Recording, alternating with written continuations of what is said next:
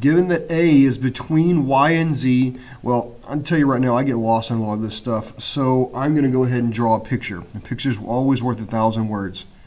When I say between, I know I've got a line segment, and, A is in between, so we've got Y and Z as the endpoints. YA is 22, AZ is 16x, and YZ, the whole thing,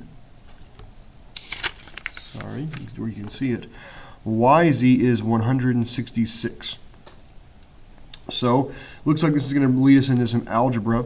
Remember, it's the two short ones added together equals the long one. So it's just going to be YA plus AZ equals YZ.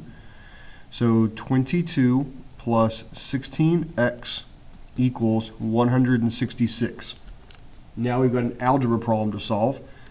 First step, I'm going to subtract our 22 from both sides. 16x equals 144. Divide both sides by 16.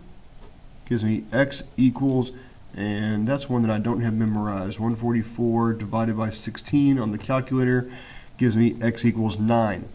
Now notice that 9 is one of my answer choices. But let's make sure we're reading the question. It says find AZ. Well, notice that is there, but it's not what we want because it's not the distance from A to Z. Okay? Now from here there's two ways to do it. Honestly, all of this was overkill. We didn't have to do that.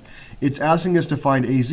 We could have simply just done 166 minus 22, which is 144. Or we could plug this x back in and say that AZ equals 16x. And so AZ, which is 16 times 9, which is 144. Either way it works, J is the answer.